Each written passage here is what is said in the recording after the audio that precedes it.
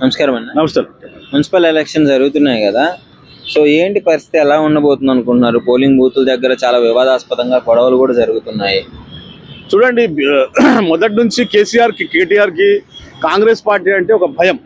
ఎందుకంటే రాష్ట్రంలో బీజేపీతో వాళ్ళకి భయం లేదు, కాంగ్రెస్ పార్టీ అంటే ఒక భయం.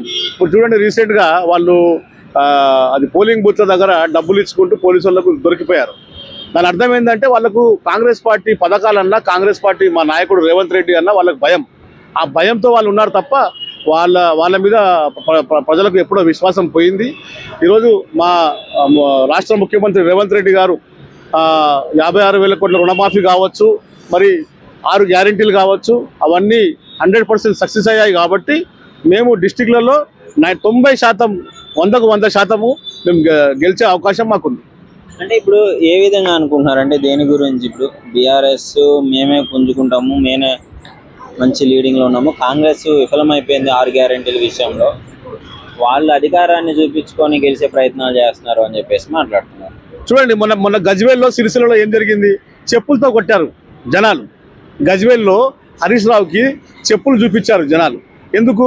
అది మల్లన్న సాగర్ ముప్పు వాళ్ళకి ఈరోజు వరకు వాళ్ళ పుణ్యాల డబ్బులు అందలేదు. దానికి మా ముఖ్యమంత్రి రేవంత్ రెడ్డి గారు విడతల వారిగా వాళ్ళకి ఆ నిధులు అందజేసే ప్రయత్నంలో ఉన్నారు. అంటే ఏంటి ఇప్పుడు కాంగ్రెస్కి ఏం చూసి ఓటేయాలి? మున్సిపల్ కాంగ్రెస్కి రైతు, మొదటి నుంచి కాంగ్రెస్ పార్టీ రైతు పక్షపాతి.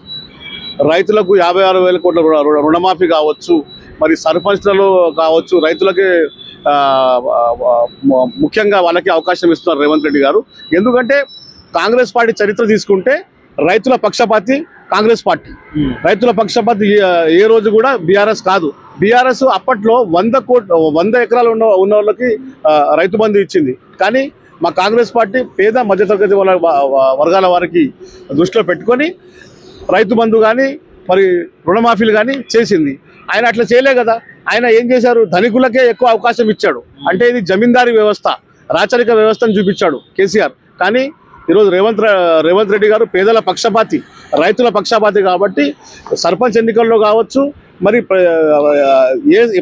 ప్రభుత్వంలో ఏ స్కీమ్లో అయినా కావచ్చు, కాంగ్రెస్ పార్టీ రైతులకే ఎక్కువ అవకాశం ఇస్తుంది. ఇప్పుడు రీసెంట్గా సర్పంచ్లకు చెక్ పవర్ కూడా రేవంత్ రెడ్డి గారు ఇవ్వబోతున్నారు. కాబట్టి తప్పకుండా కాంగ్రెస్ పార్టీ 100కు 100% సీట్లు గెలుచుకొని వస్తుంది. వచ్చే గ్రేటర్ హైదరాబాద్లో కూడా కాంగ్రెస్ పార్టీ 100కు 100% గెలుస్తుంది. 300 సీట్లు గెలుస్తుంది.